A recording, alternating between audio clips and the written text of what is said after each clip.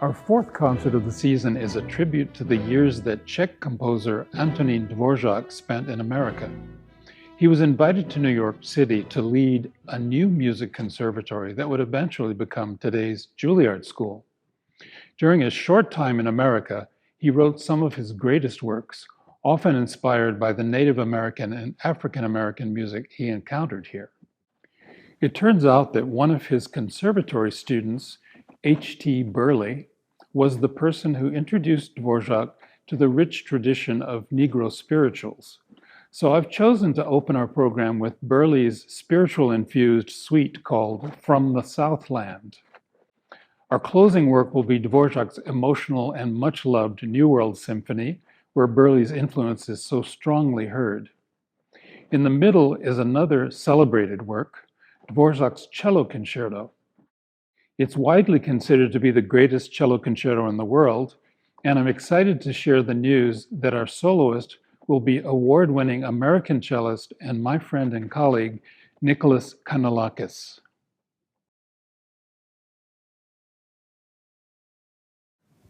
The grandson of slaves, composer Henry Thacker Burleigh was born in Erie, Pennsylvania in 1866.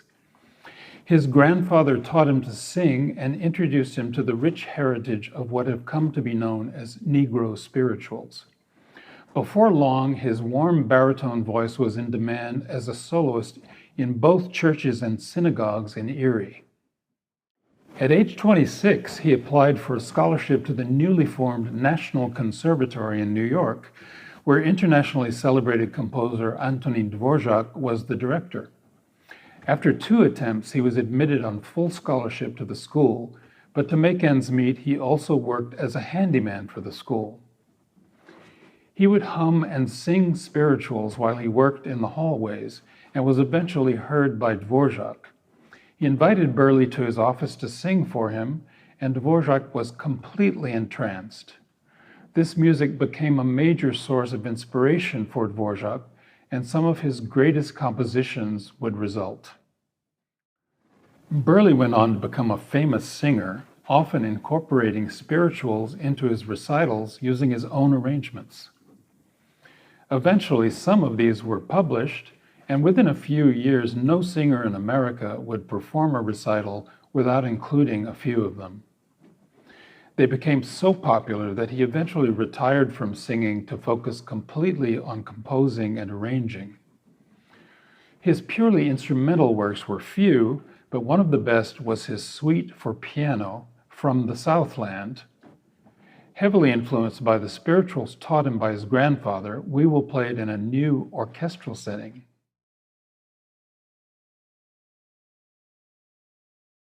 One of Dvořák's final works written in America, his Cello Concerto, has become a perennial favorite with cellists and orchestras worldwide. And yet he was initially reluctant to write it, fearing that the cello didn't possess the technical fireworks necessary for a concerto. Luckily, on a concert where Dvořák was conducting the New York Symphony in his own recent New World Symphony, was a concerto by Victor Herbert, the principal cellist of the orchestra and a well-known composer in his own right.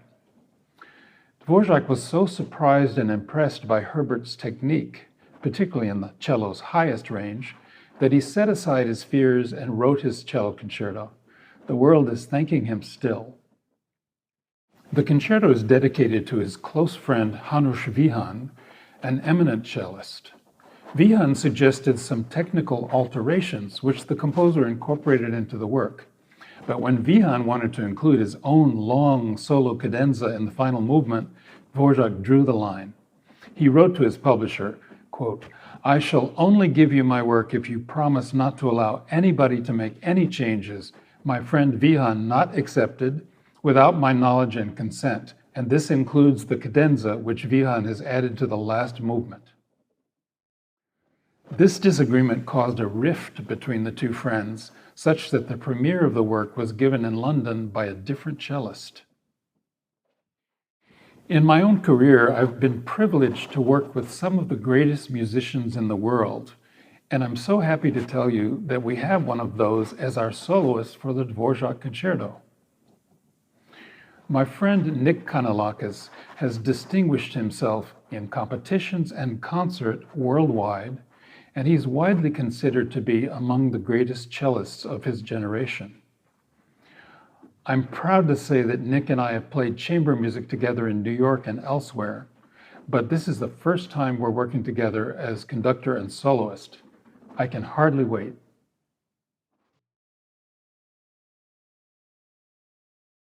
Probably Dvořák's most beloved work, his Symphony No. 9, From the New World, came as a direct result of meeting his student H.T. Burleigh.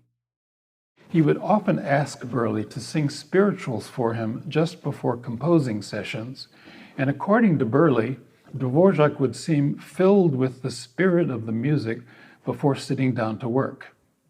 So it's not surprising that this noble symphony has themes that sound an awful lot like spirituals. None of them actually are, although the flute solo in the first movement does bear a striking resemblance to Swing Low, Sweet Chariot, an old spiritual that Burleigh undoubtedly sang for Dvořák at some point. It's important to note that the gorgeous English horn solo in the slow movement was turned into a pseudo-spiritual called Goin' Home, only after the symphony was written. But whatever the origin of the themes, it took a brilliant composer like Dvořák to weave them into one of the pinnacles of symphonic music. It's a fitting finale to our first live season in a while, with its celebration of life, love, and diversity among human beings.